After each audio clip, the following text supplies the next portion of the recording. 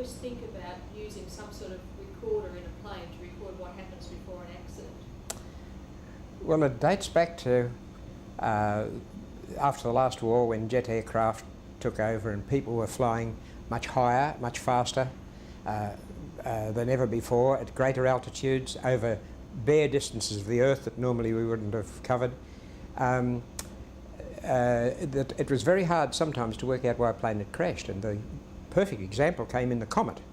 When the world's first jet airliner crashed in India in 1953, there were no witnesses, there were no survivors, and there wasn't any obvious reason what had caused it. Now, you've got to find out what caused it to stop it happening again. And this really worried the world in general. And at the aeronautical research laboratories, many of us were involved in trying to work out the possibilities of what it could be. Now, about that time, I had been to Australia's trade fair, and I'd seen something that intrigued me. It wasn't scientific so much as it was this little device here, which I can show you, original one. It's not a black box, it's a green leather case with a nice zipper, and what was in 1953 very posh, a white plastic box, a new material. And inside was the world's first miniature recorder. Tape wasn't on the market. We talk about tape recording now. This used wire, a spool of wire. The wire was a mile or two long, I've forgotten the exact length, about as thick as a human hair, tooth thou thick, and you put your spool on there, fed your wire past a little magnet onto our spool, pulled the button, and with a microphone, it was for the busy businessman to say, Miss Smith, I'll give you the following tape, type the following letters. Now, why was I interested? I didn't have any. I was very young at those days, in my 20s, and I didn't have a secretary. That was a long way up the ladder. But what interested me was that it was a possibility that if I bought one of these or hired one, I could go along to Benny Goodman's concert when he came to Australia and sit on the front row and record it, and it would save me buying LP records. I'd have it on tape, and I could even use it again if I didn't like his record and put tape Wally Herman. Okay, so having that in mind, in one side of my mind as it were, and then being faced with this question at work as to what you could do to work out why aeroplanes crashed, I thought, why don't we put one of those, very simple, relatively cheap, small, light, in every aircraft and let it run all the time you're in the air, because with a 2-hour tape it wouldn't take much to make that a 4-hour or 8-hour tape and cover the longest trips. And then, if there were a crash, as in the Comet, we'd have a record of what the pilot said, and mostly, or in many cases, they would know what was going wrong. All right, so you took this idea presumably at work to someone, did you? What did you do then? Well, I discussed it with my colleagues. I said I've had an idea, and I did find it was at a meeting when I first got the idea to discuss the Comet. And I said, I've had this idea, why don't we put it in every plane? And one of my senior officers said quite rightly, he said, Dave, it might be a good idea, but you don't bring it up now because this meeting we're at is to work out what did happen, not what you wish had happened. And he was right. So I didn't say anything then, but when I got back to the office, I was, I couldn't get that on my mind. So I wrote a message to the boss, the way good public servants should do, saying, I've had this idea, why don't we put little recorders in all aircraft, and if we have a crash we'd know what happened. Then put at the bottom, what do I do? Do I patent it? Do I write a report on it? Do we make one to show how well it could work? Or do I put it in the waste paper basket? And they were my words at the bottom. And when he came in, he said he couldn't understand why I, a chemist working on fuels, should be interested in this. And he said, Dave, it's not your job. Give that to the right people, our instrument research people. That's their job, and you get on with blowing up your fuel tanks that you think might have caused the Comet crash. And so I gave it to instruments, but they had a full program of research, and they said, well, when we're free, we'll look at it. And 6 months later, they hadn't had time to look at it. Nobody else, I wasn't allowed to work on it officially, and nothing could be done, in my mind, until we had a change of staff and I got a new superintendent who took a different view. When I mentioned it to him, he said, "That's not a bad idea." It's the first time I heard those lovely words. "That's not a bad idea, Dave. I'll tell you what, you can't work on it officially, it's just one of your crazy ideas, but write a report on it. They can't stop you doing that." So I wrote a report on it called A Device for Assisting Aircraft Accidents, and we sent it out to everybody who should be interested, who could be interested. The airlines, de Havilland's who'd lost the Comet, the authorities, the DCA, Department of Civil Aviation. These people might have supported the idea. And the answers that flowed in, not a thing. And Tom Keeble, who was my boss, had suggested this, said, "Dave, I think we're trying to sell ice creams to Eskimos because in Australia we haven't had a crash for nearly a decade. We've got the world's best safety record." So what Now, do you do then? Australians are thinking the crashes don't happen here anymore, that's not very interesting, but they happen overseas, we'll send overseas. So we had the report written again a second time. I don't know how often that happens in the world, but a second edition came out and we sent exactly the same report to the English authorities, the French authorities, American authorities around the world. And the difference? None at all. We still didn't hear back from it. Nobody expressed any views, nothing appeared in the press, nobody said they were going to do this, nobody congratulated us on the idea.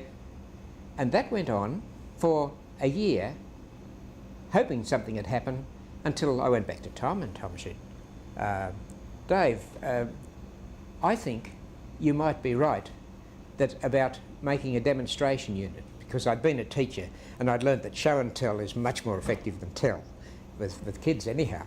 So he said, It's demonstration. You made a demonstration model. yeah, he said, let's, but before you make a demonstration model, make sure you can record pilot speech, because they don't wear microphones in those days, and they only pick up a microphone when they're talking on the radio. So in emergency, they might yell at each other, but you can't use the existing microphones. You'll have to see if you can record against the noise.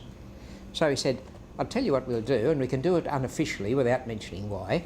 We'll buy one of those mini-phones, and you can buy these things for the office. The public service loves things for the office, don't they?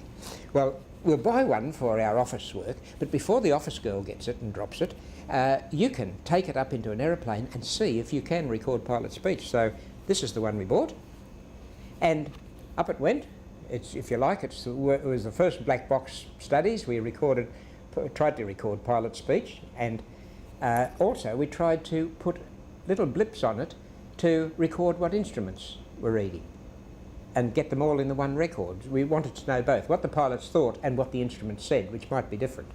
So we took it up, and it took us quite a long while to get microphones which cancelled out the background noise and focused on the heads enough to even hear clearly what was said. But we got there, and when we did, this is another year or so later with all these tests, Tom said, "Now's our chance to make one.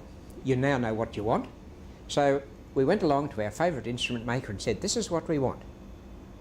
And he quoted us a price, and he had to come down a lot and be generous to get within the range where we could hustle up enough funds without telling anybody really what it was for. So we placed an order, I think the words were, for a laboratory recorder to our specifications, about as vague as you can get. And it got through, and we got the first model, and this is the model which I can show you.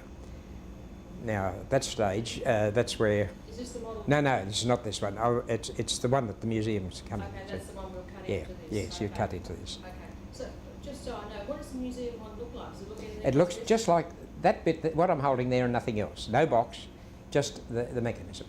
Okay, so just for the purposes of our record, then it'll be the guts of it, which will be the Yeah. fine magnetic Yes. wire, and it records magnetic. So I could describe it, but yes, rather than, I can describe it on this one if you like. Yeah, do Yeah. you want to do that, Jim? If Dave just describes what's up in his, then we'll right. put that voice Yes. into Okay. the picture we get tomorrow. Now the model we made for demonstration included a memory mechanism. That is, if there were no crash, it would wipe the records after a decided time. 5 minutes would be helpful, 5 hours would be better still perhaps, but you could decide that time and build it into the apparatus. It'd have a limited memory, and our first ones were 4 hours limited for recording the speech, and it was done with the bits from 2 miniphones. We took the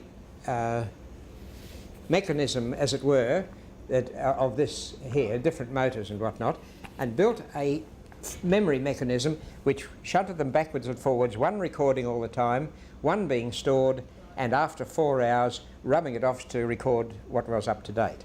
So we have a backward and forward motion going there, and the wire carefully laid on to keep it going at a steady pace.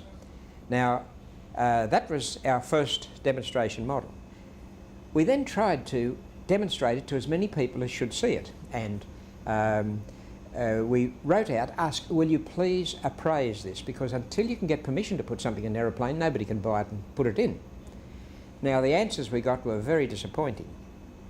One answer was, we do not need your device.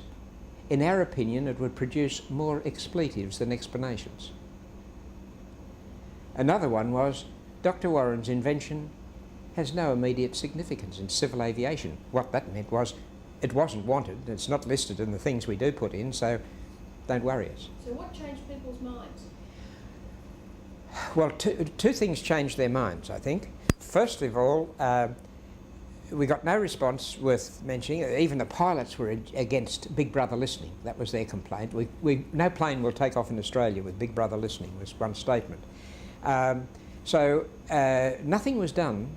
Nobody seemed to want it until one day by accident, Coombs, our director, who we had told about it by this stage and also thought it was a good idea, but unofficially, had a friend of his from England called in to see him quite unofficially, and he brought him down to show him. He presumably said, when you finished your coffee, come down, this young lad's got an idea you might be interested in.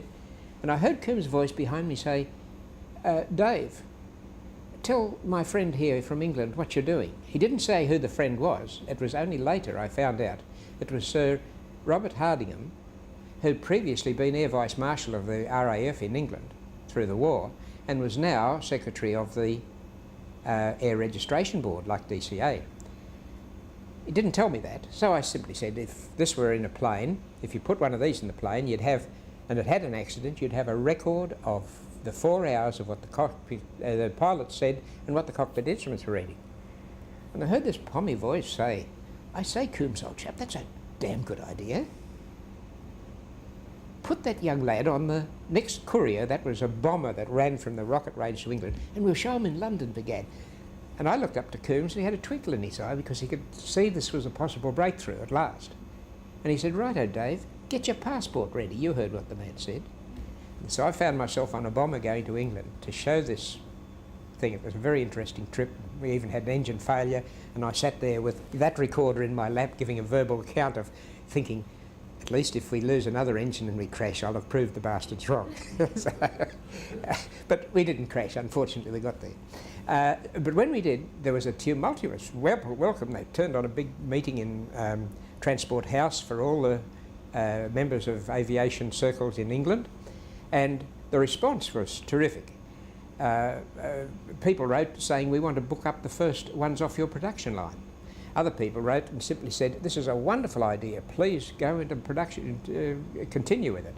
And the Ministry of Aviation gave a preliminary warning that it could be made a mandatory fitting, at least in the English case, for instrument reading, because they also, I think, were avoiding the showdown with pilots that Big Brother was the word. 1984 had just come out and Big Brother was the scare. So what year are we talking about now? Now we're talking about 1958.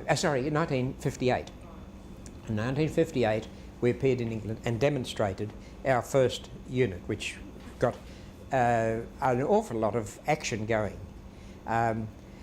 People kept changing what they wanted to do, the requirements, and people kept, and many firms, Penny and Giles and Fairy Aviation and all these people put their recorders on the market saying this is the best one, etc., competing for this very big market that was coming.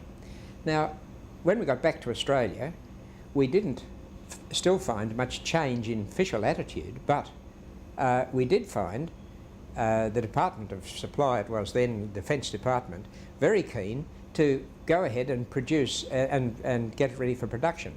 So I was given a team of a couple of other enthusiastic electronics people, Ken Fraser and Lane Sear, and told, look, make one that could go into production. Improve it if you want to, and keep pace with the changing requirements of overseas, which Britain was the first to say we're going to make these data recorders, in the first instance, mandatory, leaving speech alone for the moment. Now, what happened in Australia was that we had our first crash for nearly a decade, first major aircraft disaster. A Fokker Friendship went into a hard-to-explain accident landing at Mackay in Queensland. And the Australian authorities decided they'd put in the recorder similar to what the English were making. They were still only, at that stage, their first requisite was for a instrument recorder. At the inquiry into this accident to try and solve it, we were able to let the judge know through our advisors who he was using the fact that the voice recorders were possible, available. And at the end of the investigation, he announced that he would order that Australian aircraft be fitted with voice and data recorders. So the requirement in Australia was upgraded to being the first in the world, we were, to get cockpit voice recording made mandatory. And it's something Australia can be proud of. So the action from then on was that we continued improving our unit, and we built this one with Lane Sear and Ken Fraser's help. We built this model in an actual fireproof box. We tested it for fire under standard tests, and of course this wire you can heat to a dull red heat before it loses its magnetic image, so it's very naturally fireproof. So that was no problem. And being protected in this sort of box and small in size, it could be made retrievable even from amongst a lot of mangled wreckage. Now, we kept developing this. It was now doing 24 channels every second, not 4, so it was improved version. And there were many other people competing for the market. And the Australians, having now to find the recorder, had to find a producer of them. We're a laboratory, we're research, but we need a producer, and they gave it to a request to an American firm to produce the ones for Australia, because we didn't have anyone producing this type of thing here in Australia or keen to produce this. Now, our recorder, this one, we've got a request from an English firm, Duval & Son, a very good instrument firm, to take over the Australian rights, because they knew how well this one was working, and they paid for us to take it all over to England again, demonstrate it under their banner, and they in turn, while this one didn't ever go into production as it is here, things were changing very, very fast all the time. There was new electronics coming in, and one of the big electronic firms got the electronics order, but Duval's got the order for the wire recorder end of it, and they produced a thing called the Red Egg, which was like that but round, because round is much more protectable in an accident and can roll away from things too. So they produced one in a round case called the Red Egg, and one of these can be seen, for those who want to, in the Powerhouse Museum.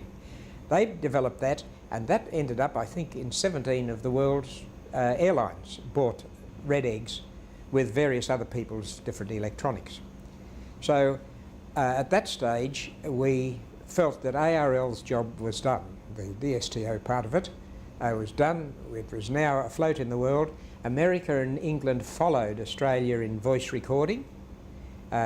We had led the way. Now it has become universal around the world, and we feel it's very much. Dozens of firms. The one that gave us the clue to the Mount Erebus disaster, and it was a very valuable solution to a problem, I think was a Norwegian one. Can't remember the name at the moment. The ones we fit are mostly American, Lockheed's, and we have been fitting for years. There's many firms in England making them, French, Svim. I've forgotten the names of all these, unfortunately, with time. But there are many firms around the world making separate recorders, but Australia doesn't make its own. Do you feel, Dave, that there'd be dozens of air disasters that would be unexplained if it wasn't for the black box flight recorder? Hard to say without bias. I think it is one of the most useful, definite ways, not only of indicating what did go wrong, but also, in many cases, of ruling out what didn't go wrong. Because unless you've got evidence, like in the case of the comet, there must have been 20 possible causes that we had to go through. Could it have been structural failure? Could it have been a pilot error? Could it have been an engine explosion? Could it have been a fuel tank explosion? That's where I'd come into it. All these different ideas, and at least if you'd had the black box, you could have said it was something that happened without warning, fuel tank explosion is possible, or no, they saw all this going wrong and that was going wrong and these instruments were reading that, with nothing to do with the fuel tank. So it's very valuable, it has been very valuable in the hundreds of cases where it's been used, especially some classic cases where a pilot handed over the controls to his 15-year-old son to play with in another country, and I don't think we'd ever know it if it hadn't been a recorder. But he let his son have a try at the controls. There have been these odd cases which it has been definitely the way of knowing what went wrong and stopping it happening again. Do you feel the invention of the flight recorder has been a highlight for DSTO's history? Oh no, there's been many other advances in DSTO research which will all come out at our Diamond Jubilee, I'm sure. It was only one factor which I think we were glad of. I've sometimes said, when people say, what did you get out of it? I said, well, I may not have got much out of it, money-wise or anything, but I had my job, and what's more, they've never sent me the bill for all the things we did try which didn't come out. So in research, you have your scores, those that do score well, and you have your things which are overtaken by somebody else's idea before you even put them into practice. And so there have been many of both, but there's certainly been a lot of other successes in the DSTO record in the last 30, 40 years. Has it been the highlight of your career? I'd probably have to say yes, from the point of view of public interest. It's very hard to weigh up that against scientific reports of reactions leading to explosions and things like that. But while my main field was chemistry and fuels and energy, this has been one of the most interesting, shall I say, 10 years, 15 years I ever spent in my life. I know it's I know it's a misnomer. Perhaps I shouldn't call it the black box flight recorder. I know it was called a black box because that was traditionally a black box was, you know. Oh, that's a good question to put in there. Yeah. Misnomer, and it's because it's daylight orange, so people can see it. Well, yes, that's one of the common. I think that's the commonest question I get when I give the public lecture. Why is it orange? I think I'll just put that in the voiceover. I'll work that in. All right. I'll say that it's misnomer is because it was. Well, a black box. Black box is because the word black box came in with controls for TVs and things. Yeah. They were always black. Yes. They still are. Yes. And it simply became a nomer for it's something that does a job for you. You don't know why it does it, but it does it pretty well. Yeah. A box of gadgets or an electronics box. Yes. And this little black box, I don't know what's in it, but it gave us what the pilot said, etc. That's right. But all the time, they've always, from the start, I think this was the first one, have been, or our first one actually that we destroyed in the fire was yellow, bright luminous yellow, but then we decided that orange or red were the best. Do they always, this is just a question I don't need to record, but do they always survive? Has there ever been a case of one that's broken? Oh yes. Well, they whether there've been one when you say was broken, there are some that have failed for various reasons. Some have been connected for power where the power went off at the wrong time, and that failed. But we have planned ours right from the start, had its own batteries to keep it going for another 4 or 5 minutes after the power had failed. Some have not been found, some have been, some of the wire ones, the tape ones have been destroyed in fires, I understand. The fire has been the destructive factor. Some have been lost in the ocean, but the recovery of the Air India one off Israel with a small bug at the end of miles of wire finding its way into the aircraft wreckage and pulling it out and bringing it to the surface was, I think, a comparable achievement to even producing it. That was an extraordinary feat. Now they have submarine sounders to tell you where they are if they're under the water.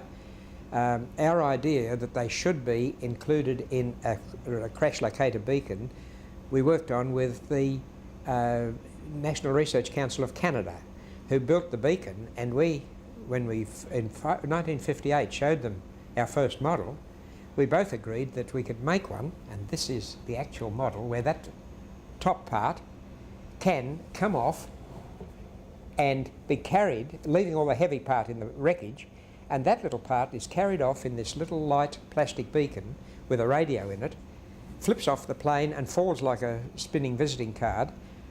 And even if you lose the plane at the bottom of the ocean and there's not a survivor and not a witness, you've got a radio going for 3 days saying, come and get me, come and get me. If there are any survivors, they're glad you've come. But even if there are no survivors, it's got the spools with 4 hours of exactly what happened. So you're not lost to say, let's stop it happening again.